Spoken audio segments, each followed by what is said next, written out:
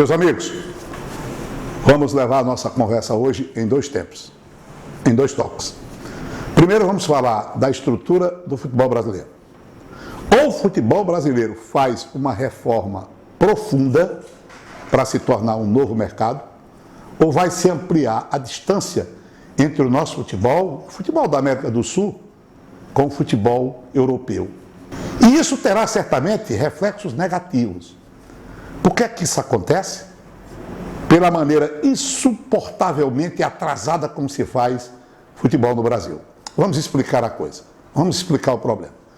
As nossas equipes de futebol funcionam como entidades associativas. Não tem uma base jurídica, empresarial, sustentável, que permita grandes investimentos. Quem é que vai investir em time desorganizado, não transparente? Ninguém. Nem o capital daqui e nem o capital de fora. Sabe qual é o principal problema que isso gera? A nossa desqualificação. Como o futebol já ganhou 5 Copas do Mundo. Por quê? Porque o futebol brasileiro, ele não vende o espetáculo, ele vende o artista. O futebol brasileiro não exporta os clubes, ele exporta os artistas. Por quê?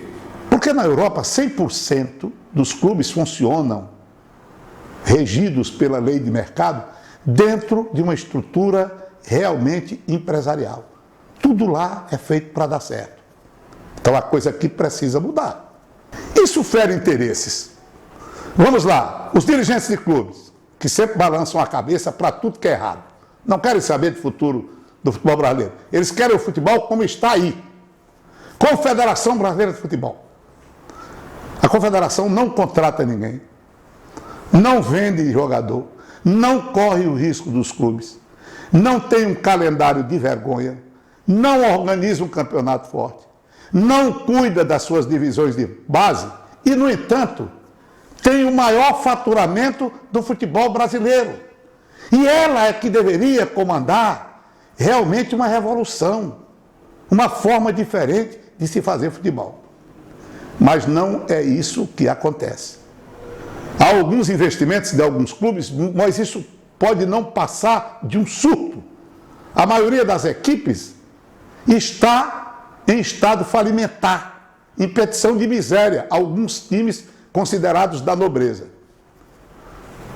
Outra providência depois de uma nova estruturação, uma nova forma de funcionar, a criação de uma liga que realmente cuide com competência e responsabilidade de um campeonato forte.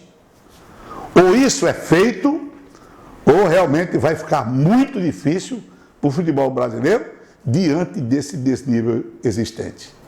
Um outro assunto que eu queria trazer nessa nossa conversa se refere ao árbitro de vídeo no Brasil, o VAR.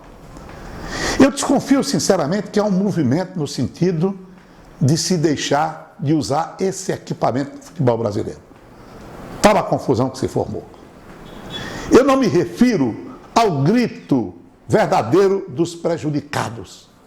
Eu me refiro ao uso do equipamento por incompetentes e pusilânimes profissionais. Esse é que é o problema. Até parece que essa atmosfera que a gente percebe no Brasil, esse ar sujo que se respira no Brasil, contamina. Qualquer coisa que venha no sentido de pôr ordem nas coisas. Infelizmente, aquilo que funciona na Europa, nos jogos dos campeonatos europeus, ninguém fala em árbitro de vídeo, até parece que esse equipamento não existe, tudo corre de maneira normal. E o que é que acontece no Brasil? Uma situação inteiramente diferente. É muita confusão por parte de jogador, de profissionais, de dirigentes.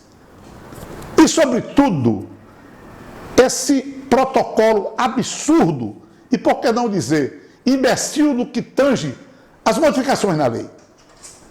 Tiraram o futebol de sua verdadeira dimensão. E isso não está correto. Me refiro ao poeta Leandro Gomes de Barros, que disse: aquilo que veio para temperar o choro acabou salgando o pranto. A gente ainda volta ao assunto porque realmente essa questão é vasta e tem uma história de interpretação que muitas vezes aumenta a confusão. Era esse o papo.